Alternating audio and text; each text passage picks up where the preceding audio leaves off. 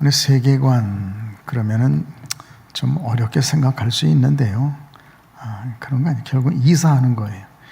옛날에 예수님을 영접하기 전에 살던 집, 성령의 전이 되기 전에 살던 집을 버리고 새 집으로 이사하는 것, 이것이 그리스도의 세계관이라고 할 수 있겠습니다. 전에는 세상에 어떤 여러 가지 보암직도 하고 먹음직도 하고 지혜롭게 할 만큼 탐스러운 것들, 그런 것들로 인해서 기쁨을 얻었어요. 그것을 위해서 막 달려가고 노력을 했어요. 그런데 이제는 그것을 버리고 오직 예수님의 십자가 부활을 바라보고 표대를 향해서 달려가는 그런 인생으로 바꾸어지는 것, 이것이 세계관의 변화입니다. 그래서 이제는 예수가 기쁨이 되는 거죠. 요즘 뭐 세상에 기쁠 일이 없잖아요. 기쁠 일이 없는 건 본인의 문제지요. 예수님의 문제는 아니고 남의 문제는 아니죠. 그래서 오늘 여러분, 기쁨의 근원 되시는 내가 예수님을 바라보면 어떤 환경 속에서도 환경이나 남을 탓하는 게 아니라 주님과의 깊은 교통 속에서 기쁨이 있을 줄로 믿습니다. 내가 기쁨이 없는 것은 주님을 바라보지 않았기 때문이에요. 주님을 놓쳤기 때문이에요. 그런데 그 핑계를 어디다 갖다 대느냐고요. 워낙에는 여러분, 남편 때문이 아니에요. 자식 때문이 아니에요. 내가 예수를 바라보지 않는 거예요. 세상을 향해서 있던 눈을 이제 오늘 이 시간 예수님의 십자가로 향할 수 있기를 주님의 이름으로 축복합니다. 그래서 옆 사람 인사 한번 하세요. 선악과 바라보지 말고 예수 바라봅시다. 아멘. 그렇죠. 우리는 예수 바라봐야죠. 그래서 우리는 늘 이사를 준비하는 마음, 이 마음이 주님 앞에 있는 마음이죠.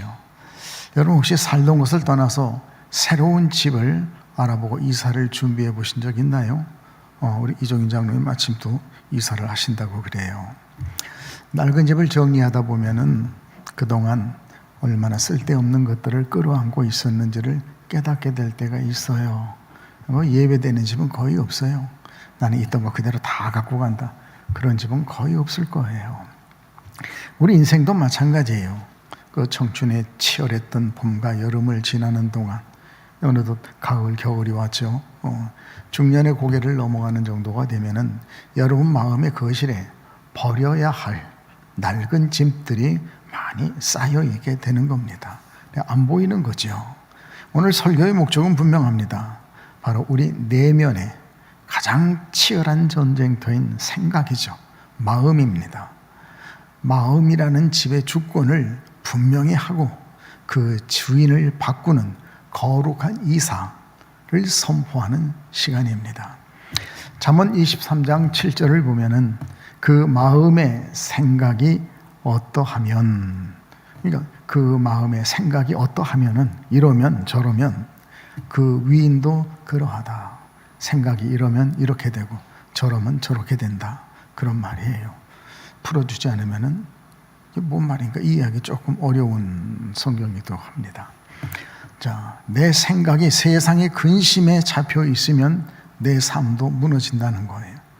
내 생각의 주권이 삼위일체 하나님께 넘어가 있으면은 우리는 가장 안전한 구원을 경험하며 살게 된다. 이게 잠언의 말씀입니다. 그래서 오늘 이 시간 우리의 마음의 낡은 집을 다 허물고 하늘의 평안으로 새롭게 단장하시는 삼위일체 하나님의 은혜 속에 여러분 모두를 초대합니다. 자, 하나님은 우리의 생각을 빚으시는 하나님이십니다. 그렇다면 내 생각의 주인이 되기를 원하시는 하나님은 바로 어떤 분이시며 그분은 우리를 향해서 어떤 마음을 갖고 계시고 어떤 계획을 갖고 계시고 어떤 방법으로 우리를 그렇게 바꾸어 주시는가, 생각을 새롭게 빚어주시는가, 이 내용이 핵심이 되겠습니다. 그래서 그로 인해서 변화된 우리의 삶, 복, 이런 것들을 우리가 함께 나눌 거예요. 성부 하나님은 내 인생을 다시 짜시는 위대한 설계자 되시는 아버지십니다. 말이 길지만 따라하겠습니다. 하나님은 내 인생을 다시 짜시는 위대한 설계자 되시는 아버지시다. 예. 참 머리가 좋으시네요. 우리는 종종 내 좁은 생각에 갇혀서 내 인생은 실패해서 이제 좀 늦은 것 같아 라고 절망할 때도 있어요. 또 보면 반대일 수도 있어요. 자기는 잘 살아고 성공했고 뭐 이렇게 생각할 수도 있습니다. 그런데 어찌됐건 창조주 성부 하나님은 우리의 실패와 상처마저도 가장 아름다운 작품으로 새로 엮어내시는 위대한 설계자이십니다. 새로운 피조물이란 한 번 피조되고 마는 게 아니고요, 계속 날마다 새로워지는 거예요. 이게 전능하신 하나님의 비밀입니다. 처음에 창조된 인생도 날마다 변하거든요. 육체가 변해요. 시간에는 생각이 변해요. 그러죠? 삶이 변합니다. 새로운 피조물은 그렇게 변하는 게 아니라 날마다 새 것으로 변해요. 이게 하나님의 전능하신 능력입니다. 이것을 여러분이 믿어지고 또 경험하는 은혜가 있기를 축복합니다. 이사야 선지자는 말씀하셨습니다. 성경을 통해 내 생각은 너희 생각과 다르며, 하나님이죠. 내 길은, 하나님의 길은 너희 길, 인생의 길과 다르다. 여기서 말하는 하나님의 생각을 뜻하는 히브리어는 마하샤바, 이런 말인데 단순히 머릿속에 스치는 아이디어를 말하는 것이 아닙니다. 우리는 그렇게 생각하기가 쉬워요. 근데 그게 아니에요. 여러분 옛날에 배틀에 앉아 배 짜보세는 날실 씨줄 그러죠? 이렇게 내리는 실이고 이렇게 내리는 실이고 그래서 짜잖아요. 그런 것처럼 배틀에 앉아서 그런 아름다운 용단을 한 땀 한 땀 짜 내려가는 사람이나 장인의 치밀한 계획과 경영, 이것을 성경은 생각이라고 합니다. 그래서 하나님의 생각은 그렇게 빈틈이 없는 거예요. 한 올 한 올 완전히 완벽하게 짜 내려가신다, 그런 뜻입니다. 성부 하나님은 뒤엉킨 실타래와 같은 우리의 지나온 인생, 그 아픔과 막막함이라든가 어두운 세계 실조차도 주님의 이대한 배틀 위에서 다시 올려놓으시고 작업을 해 주시는 겁니다. 그런데 넉넉한 품으로 우리를 안으시면서 너의 인생은 결코 끝나지 않았다. 실타래가 엉클어졌기 때문에, 그 오물이 묻었기 때문에, 잘라진 것이기 때문에 이제 못 쓰는 줄 알죠. 끝난 줄 알죠. 인생은 그래요. 세상은 그래요. 그러나 전능하신 하나님은 조각난 실도, 오물이 묻은 실도, 어두워진 실도 다시 쓰실 수 있는 전능하신 하나님이신 줄로 믿습니다. 그래서 그분이 말씀하십니다. 너의 인생은 끝나지 않았다. 결코 끝나지 않는다. 실이 아무리 오염되고 실이 토막토막 났어도 헝클어져서 실타래를 풀 수가 없는 그런 모양이라도 결코 끝나지 않았다. 전능하신 여호와, 만군의 여호와의 말씀입니다. 나의 크고 높은 경영 안에 너는 들어있다는 거예요. 전능하신 하나님 얼마든지 우리를 다시 짤 수 있는 거예요. 다시 계획하고 다시 만드실 수 있습니다. 이것이 하나님의 이 시간 우리에게 주시는 위로입니다. 자, 하나님의 말씀입니다. 너는 작아도 나는 크다. 너는 작아도 내가 크다. 아멘 되시나요? 자, 우리 함께 고백합니다. 나는 작아도 하나님은 크십니다. 아멘. 근데 우리는 내 작은 소견으로 우쭐대거나 또는 열등감을 갖거나 이러면서 살아요. 근데 하나님 앞에서 사는 게 아니고 하나님과 아무 상관없이 사는 거예요. 여러분, 예수를 믿는다는 것은 예수님을 주님으로, 주인으로 모시고 사는 거예요. 예수님을 왕으로 모시고 사는 거예요. 갈라디아 2장 20절처럼 내가 사는 게 아니라 그분으로 사는 거예요. 그분이 나를 살아주시게 해주시는 거예요. 아멘 되십니까? 이게 믿음이에요. 근데 여전히 예수님이 내가 산다 이러니까 이게 인본주의예요. 인본주의는 결코 우리를 구원에 이르게 할 수 없습니다. 모양은 비슷하지만 결과는 너무나 다른 거예요. 내 안에서 인본주의가 다 사라지고 죽어지고 신본주의로 바로 서게 하옵소서. 그래서 세계관은 인본주의 생각이 죽고 신본주의 생각으로 다시 태어나는 것, 이것이 바로 그리스도 안에서 성경적인 세계관입니다. 이게 죽기보다 어려워요. 오랜 시간 몸에 배어있기 때문에. 온 세상이 다 그렇게 살고 그렇게 보여주고 있기 때문에 그게 힘든 거예요. 그러나 잊지 마세요. 나는 작아도 하나님은 크십니다. 나는 한계가 있지만 하나님은 전능하십니다. 우리는 그분을 믿고 그분을 의지하고 신뢰하면서 그분의 능력으로 살아가는 거예요. 예수를 믿어 자꾸 내 생각, 내 능력으로 살려고 그래요. 이것이 아직 믿음이 부족한 거예요. 고린도서에 보면은 바울이 그러죠. 너희가 아직 연약하기 때문에, 믿음이 약하기 때문에, 단단한 음식을 먹을 수 없기 때문에 내가 너희를 그렇게 대하지 않고 어린아이처럼 대했다. 그러나 이제는 내가 너에게 단단한 것을 준다. 생각나십니까?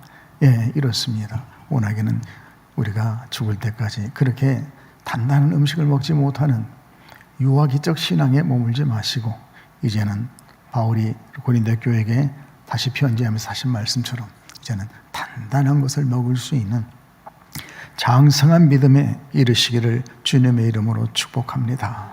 장성한 믿음은 감사해요. 근데 어린아이면 구상 유치하니까 어디예요? 애들 다 키워봤잖아요. 늘 징징거리면서 사는 거예요. 뭐 때문에 이것 때문에 저것 때문에. 자, 옛날에 우리 집 얘기도 했습니다만은 친구들도 보니까 세상이 그래요.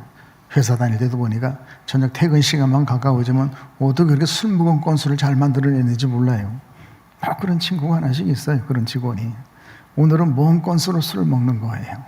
참, 그런 것처럼 여러분, 술꾼이 술 먹을 건수를 잡아내는 것처럼 인생을 살면서 자꾸 건수를 잡아내면서 사는 거예요.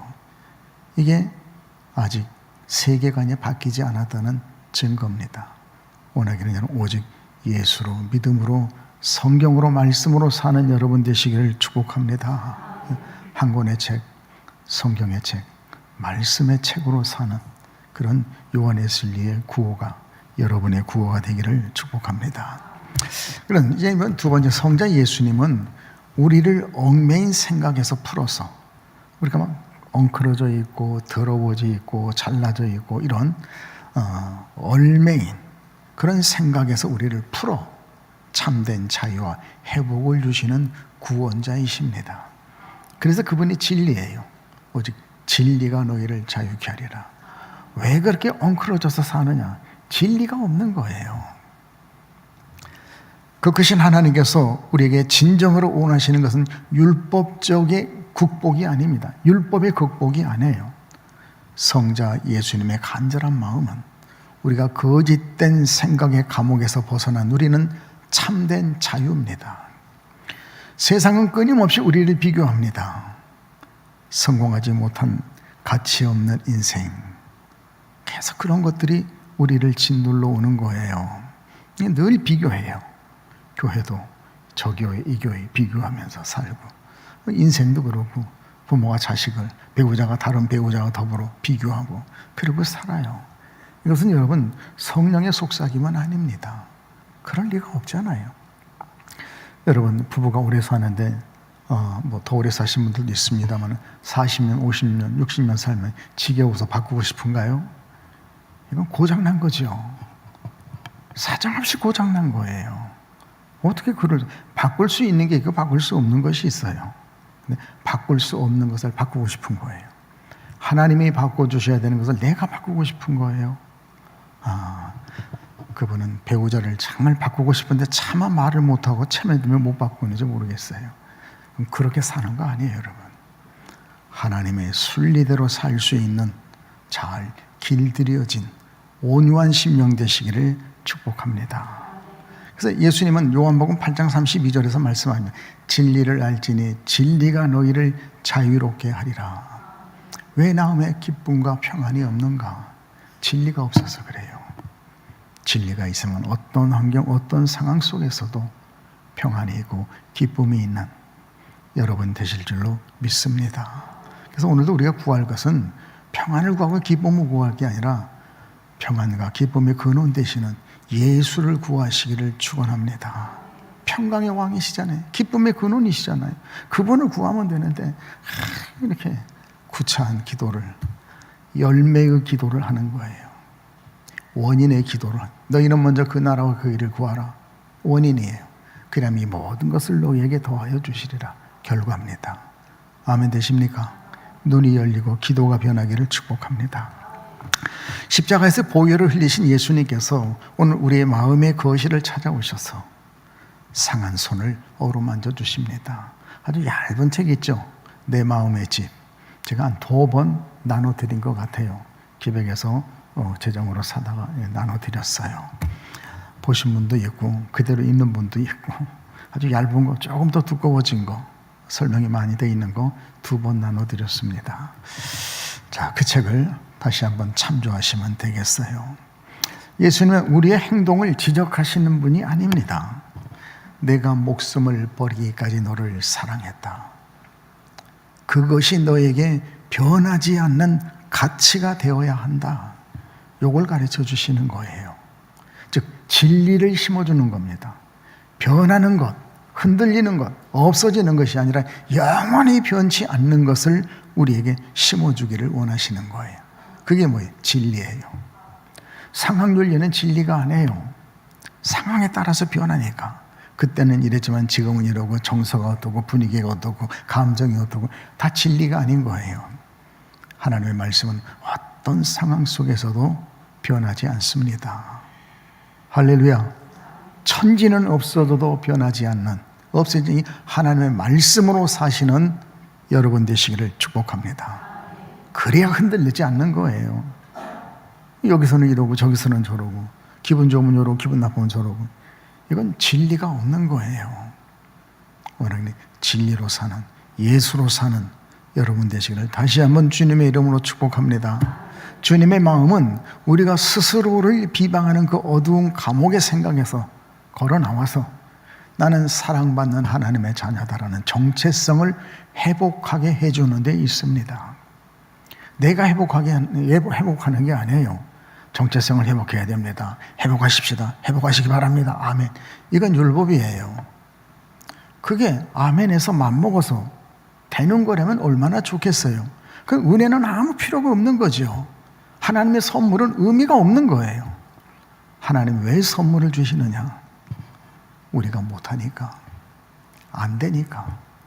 그래서 십자가를 져주시고 오늘도 성령을 통해서 계속 우리에게 원동력을 제공해 주시는 거예요.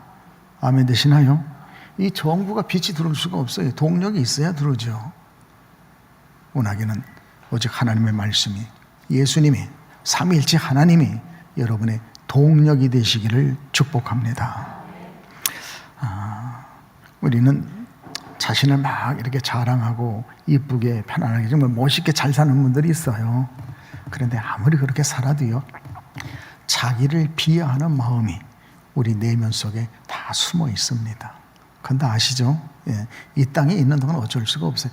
아무리 치유를 많이 받았고 회복이 되고 믿음이 좋고 그래도 벗어날 수 없어요. 천국 가기 전까지는. 다 그런 스스로를 비하는 어둠의 생각, 어둠의 감옥이 누구에게나 다 있습니다. 그래서 헨리의 참 설명했었죠. 많이 했었죠. 내가 아는 내가 있고 내가 모르는 내가 있어요. 남은 아는데 나가 모르는 내가 있고 나는 모르는데 남이 아는 내가 있어요. 인간의 모습 속에는 4가지가 있어요. 나도 모르는 내가 절반이에요.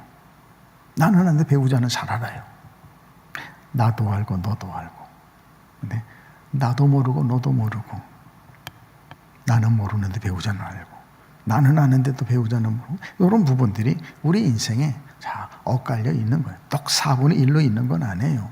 그 사람의 믿음의 정도에 따라서 그 비율은 달라지는 거죠. 그러나 이 땅에 사는 동안에 그 4가지는 계속 우리 속에 남아 있다는 걸 잊지 마시기를 바랍니다. 자, 이제 마지막 성령 하나님은 낡은 진을 파하고 새 빛을 세워서 철저하게 새 단장을 해 주십니다. 잠시 통화를 하는데 이정희 장로 이사하는데 우리 이 한수 장로님이 힘을 많이 써주신 것 같아요. 다른 게 아니라 새 단장 얘기를 하려고 그래요. 가야 할 집을 아주 장로님이 앞장서서 본인 회사에 있는데 그냥 깔끔하게 다 고쳐주고 이사를 하게 해준다고 그럽니다. 이처럼 여러분 다 고치는 거예요. 리모델링 조금 하는 게 아니고 완전히 다 뜯어 고치는 거예요. 이게 뭐예요? 새로운 피조물이에요. 옛날 거에다 갖다 덕지 붙이면은 이건 뭐예요? 새로운 피조물 아니에요. 완전히 다시 짓는 거. 피조하는 거예요. 피조. 성부의 위대한 설계도가 있고 성자의 십자가의 사랑이 주어졌다면 이제 내면의 공사를 시작하면 되죠. 성령 하나님은 우리 안에 굳어버린 낡은 생각들을 허물고 새롭게 빚어가시는 능력의 하나님이십니다. 성령만이 하실 수 있는 일이에요. 인간의 노력으로는 안 돼요. 조금 하는 것 같지만 온전치가 못해요. 그래서 고린도후서와 로마서 말씀에 성령은 아주 구체적이고 능력 있는 방법으로 우리를 도우신다고 말씀하십니다. 그래서 오랫동안 우리 마음에 자리 잡은 고집과 편견과 패배주의라고 하는 견고한 진, 오늘 읽었죠? 그것을 성령님은 과감하게 무너뜨리신다. 파쇄하신다. 이걸 돌파하신다. 이건 우리가 할 수 있는 게 우리가 파쇄하고 이건 아니에요. 전능하신 하나님, 성령님만이 그 견고한 진을 파쇄해 주실 수가 있는 거예요. 그래서 그분을 구하는 겁니다. 내 안에서 일하여 주시라고. 나의 견고한 진을 파할 수 있는 분은 오직 성령님 뿐입니다. 이 낡은 생각, 오염된 생각, 더러운 생각을 성령이여 새 영으로, 새 마음으로, 새 사람으로 바꾸어 주옵소서. 그분의 사역이에요. 우울하고 불안한 생각이 도둑처럼 밀려옵니다. 성령님은 그것을 오늘 성경 본문이죠. 사로잡아서 그리스도의 발 앞에 굴복시킨다. 십자가에 죽여버린다 이 말이에요. 십자가에 항복시킨다는 겁니다. 여러분 내 안에 있는 모든 생각이 다 십자가 앞에 죽어지고 항복하는 은혜가 있기를 축복합니다. 끝까지 그것을 붙들고 변명하고 합리화하는 거예요. 여러분 끝까지 그러면 구원 없는 거예요. 인간이 어느 정도는 버티죠. 다 그렇죠. 뭐 처음부터 딱 이런 사람은 보고 죽을 애도 없어요. 버틴다고요. 아닌 줄 알아요. 착각과 오해와 편견이 있기 때문에. 그러나 하나님의 은혜가 밀물처럼 들어오면 어느 순간 대지우리에서 훤히 떠있는 보름달을 바라보며 아버지를 생각할 때 느닷없이 눈물이 나면서 돌아오게 되죠. 여기에 성령의 개입이 있는 거예요. 아버지 집에는 먹을 것이 많은데, 하인들도 먹을 것이 많은데 나는 여기서 돼지가 먹는 쥐염 열매도 못 먹고 굶어 죽는구나. 그때 아버지가 생각나는 거예요. 그래서 내가 하늘과 아버지께 죄를 지었구나. 그리고 돌아오는 거예요. 여기서는 그 당자의 마음이 갑자기 변해도 이게 아니에요. 하나님의 개입이 일어난 겁니다. 성령의 역사가 일어난 거예요. 아멘 되시나요? 그걸 놓치면 안 돼요. 그래서 성경은 이성의 눈으로 보는 게 아니라 모든 성경은 하나님의 감동으로 되었기에 성령 하나님의 조명이 있어야 이것이 보이기 시작합니다. 오늘 오전 우리 함께 나누던 것은 눈이 열려야 돼요. 바울의 눈이 열리잖아요.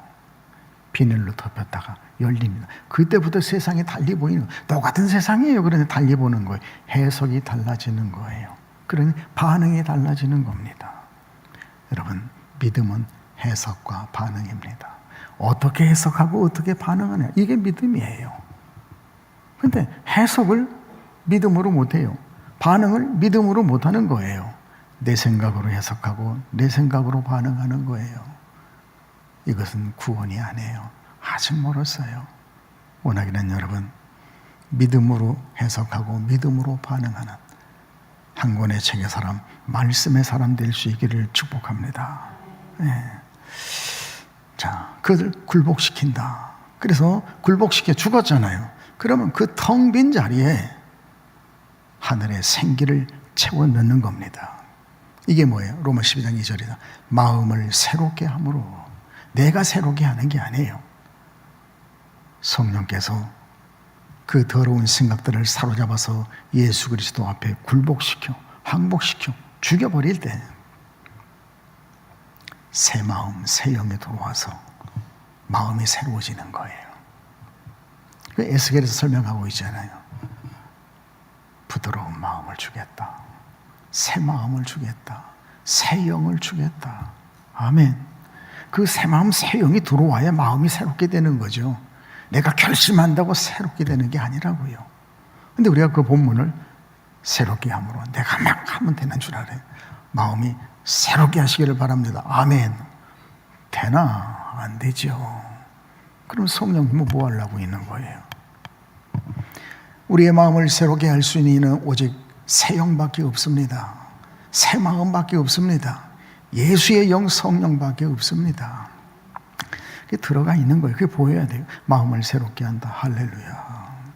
새 마음, 새 영, 성령이시구나. 함으로 변화를 받아라. 그때 인생이 변화되는 거예요. 사랑하는 여러분, 매일 아침 우리가 눈을 뜰 때 성령 하나님은 불평 대신에 감사를, 두려움 대신 소망을 선택할 수 있도록 우리의 생각의 스위치를 켜주십니다. 일회성 이벤트가 아닙니다. 매일매일 내 마음의 벽지를 새로 바르고 따뜻한 조명을 켜주시는 그 성령님의 부드러운 개입입니다. 이게 날마다 죽고 날마다 사노라. 새로운 피조물이 날마다 새로워지는 겁니다. 오늘 비슷한 찬송을 부른 것 같은데 그런 의미예요. 어제 있는 거에다 하나 더 붙여놓고 뭐 이런 게 아니에요. 오늘 우리 중에도 오랫동안 정들었던 삶의 터전을 떠나 새로운 낯선 도시로, 새로운 보금자리로 이사를 해야 될 때도 있을 거예요. 이사센터 직원이 혀를 내두르죠. 구석구석 숨겨둔 게. 견적을 뽑을 때는 이거 뭐 한 300이면 되겠습니다. 짐을 꺼내고 보니 300하고 부족한 것 같아요. 숨겨진 짐이 잔뜩 있는 거예요. 숨겨진 잡동사니들이 쏟아져 나오지 않습니까? 언젠가 쓸 때가 있을 거라며 참아 버리지 못한 물건들, 지난날의 후회가 묻은 낡은 물건들이죠. 구태여 버릴 필요를 느끼지 못했던 물건들, 온갖 세상 근심이 적힌 묵은 신문지 같은 것들이요. 우리 내면의 집도 이와 같습니다. 우리는 인생을 살아오면서 세상에 심어진 불안, 하나님이 불안을 줄 리가 없잖아요. 불안과 두려움, 근심, 걱정, 오해, 이거 다 세상이 주는 거예요. 남들과 비교하며 쌓은 열등감, 다 마귀가 주는 거죠. 내 인생은 내 힘으로 악착같이 지켜내야 된다. 마귀의 속셈입니다. 낡고 고집스러운 가치관들을 마치 훈장이나 되듯 마음에 끌어안고 붙이고 살아갑니다. 그래서 이걸 또 자랑해요. 세상 술 한잔 먹으면 얼마나 자랑합니다. 라떼는 자랑을 하는 거예요. 자랑거리가 아니고 너무 수치스럽고 부끄러운 건데 벌써 버렸어야 될 쓰레기들인데 그걸 움켜쥐고 나 때는 그러면서 그걸 자랑하는 거예요.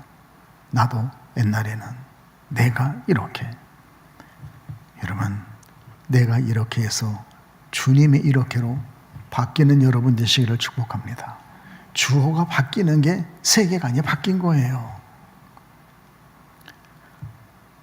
설교도 그렇고 기도도 그렇고 여러분 대화도 그렇고 성경을 볼 때도 그렇고 주어가 오직 삼위일체 하나님이라 해야 됩니다. 피조물이 주어가 될 수 없어요. 만약에 피조물이 주어가 되면 하나님은 하나님이 아닌 겁니다. 오직 하나님만이 주어예요. 피조물은 어떤 경우에도 주어가 될 수 없어요. 이게 성경이고 진리입니다.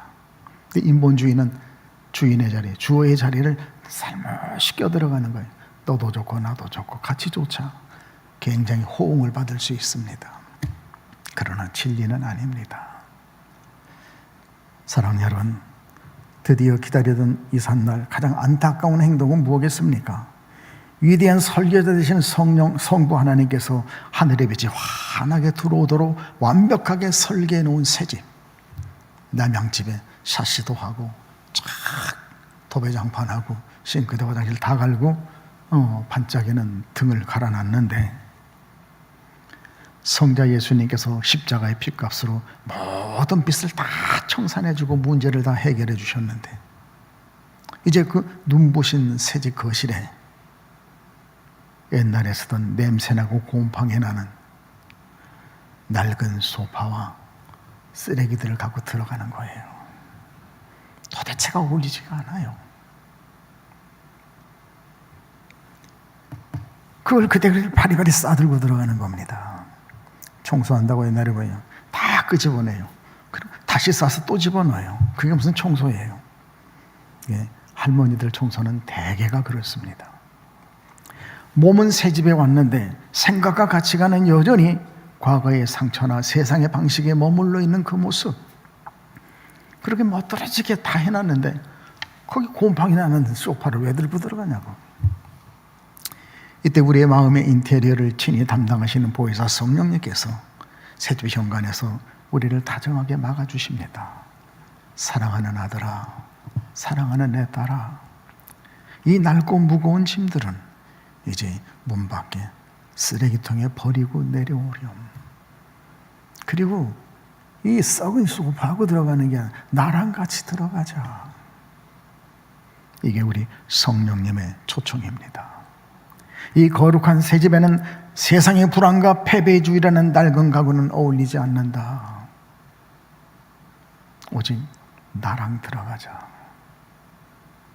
새 영으로, 새 마음으로, 새 사람이 되어라. 그래야 새날을 맞을 수 있다. 곰팡나는 가구와는 새날을 맞을 수가 없어요. 성령님은 우리가 그토록 꽉 쥐고 있던 세상의 낡은 가치관, 고집 없는 사람이 어디 있어요? 편견, 선입관념 없는 사람이 어디 있어요? 내 생각 없는 사람이 어디 있겠어요?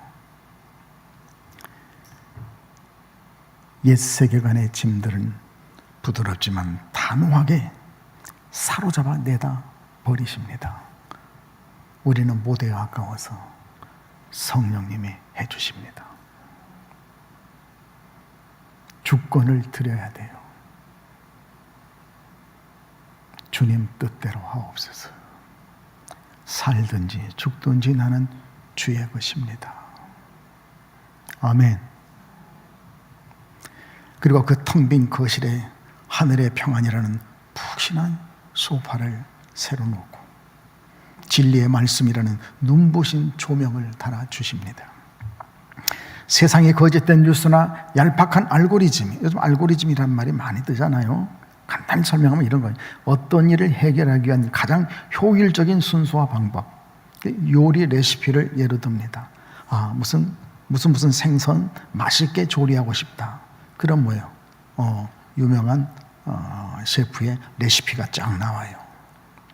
이런 게 알고리즘이에요. 상품에 보면은 껍데기에 써 있어요. 이 상품은 이렇게 요리해서 먹으면 좋습니다. 그렇죠? 이런 거 자세히 써 있는 것들, 이런 것을 알고리즘이라고 가장 쉽게 설명한 겁니다. 그럽니다. 요즘 그런 말이 굉장히 많이 있잖아요. 내 마음의 거실을 더 이상 어지럽히지 못하도록 삼위일체 하나님께서 친히 내 생각의 문을 지키는 든든한 주인이 되어주시는 겁니다. 그래서 예수님은 우리의 문입니다. 따라하겠습니다. 예수님은 내 인생의 문이십니다. 문을 통하지 않고 담으로 넘어가면 다 도적이라고 그랬잖아요. 예수님을 통할 때는 곰팡난 소파는 못 들어가요. 근데 그걸 아까워서 데리고 들어가고 싶으니까, 가지고 들어가고 싶으니까 어떻게 담을 넘어 들어가는 거예요. 도적이에요. 그건 마귀가 도와주는 거예요. 반드시 예수 문을 통과하시기를 축복합니다. 예수 문을 통과하면은 썩은 집, 냄새난 더러운 집은 들어갈 수가 없어요. 예수를 믿는다고 하는데 썩은 소파가 있어요. 거짓말이에요. 정말 예수가 주인이면 그렇게 살 수가, 그렇게 말할 수가 없어요. 정리되십니까? 그 여러 번 말씀, 정말 예수가 주님이면 그런 말을 도저히 할 수가 없습니다. 할 수 없는 말을 해요. 예수가 주님이 아닌 거예요. 예수문을 통과하지 않은 거예요. 담 넘어간 거예요. 자, 그 점 보겠습니다. 마음의 열쇠를 넘겨드릴 때 우리에게 임하는 축복이 있습니다. 대체의 원리입니다. 부정적인 생각을 단순히 멈추는 것만으로는 부족합니다. 스톱하는 것만으로 부족해요. 완전히 몰아내는 거예요. 어둠을 몰아내는 유일한 방법 뭡니까? 빛입니다. 빛이 비춰지면 어둠은 없어지는 거예요. 그래서 세상이 근심했던 외과고를 버리고 예수님의 진리로 대체하는 것. 그래서 그분은 참 빛입니다. 빛을 받으시기 바랍니다. 빛을 켜시기 바랍니다. 예수입니다. 두 번째, 주권 이양에 올립니다. 내 마음의 주인 나일 때 세상 풍파에 흔들립니다. 오늘도 여러 가지 시험에 들어요. 핑계가 변명이 어떻게 많은지 몰라요. 내가 오늘 그것을 안 한 이유, 안 간 이유, 못한 이유 엄청 많아요. 주권이 내게 있기 때문에 그래요. 내가 한 거예요. 그러나 새 집의 명예를 내 이름에서 삼일째 하나님으로 온전히 넘겨드릴 때 비로소 참된 쉼을 얻게 되는 줄로 믿습니다. 주권을 이양하십시오. 그래서 예수님은 나의 주님이십니다. 이 고백이 필요한 거예요. 세 번째, 영적 갱신의 원리입니다. 한 번의 결심으로는 끝나지 않아요. 생명의 주파수를 매일 아침 새롭게 성령님께 맞추고 조율해야 돼요. 우리 기타 치는 친구들, 모든 현악기 다 마찬가지예요. 튜닝 하잖아요. 할 때마다 튜닝해요. 성령께 주파수를 맞추는 조율이 우리는 죽는 날까지 계속 되어져야 될 줄로 믿습니다. 기타 쳐봐서 악기 다뤄봤으면 알 거예요. 어제 튜닝 해놨다고 그대로 놔두고 오늘 드시면 어제 그 음 안 나와요. 고급악기에서 쓰고 나면 다시 풀어놓죠. 그리고 다시 조이면서 튜닝을 합니다. 잊지 마세요, 여러분. 어제 치던 기타로 오늘 어제 그 소리 안 나옵니다. 그러면 우리는 하나님과의 친밀감, 즉 이사야의 약속처럼 내 삶을 향한 하나님의 높고 광대한 그림을 보게 됩니다. 영적인 복을 얻는 거예요. 그리고 끝없이 비교와 미래에 대한 막연한 불안에서 요동치지 않는 잔잔해지는 세상이 줄 수 없는 기쁨 평안을 누리게 될 것입니다. 예수는 평강의 왕이시기 때문에. 그리고 밤새 뒤척이며 불면의 밤이 사라지고 스트레스로 화끈거리던 육신이 하늘의 자만한 생기가 스며들면서 삶의 거룩한 리듬을 회복하게 될 것입니다. 삶이 활기가 돌아오는 거예요.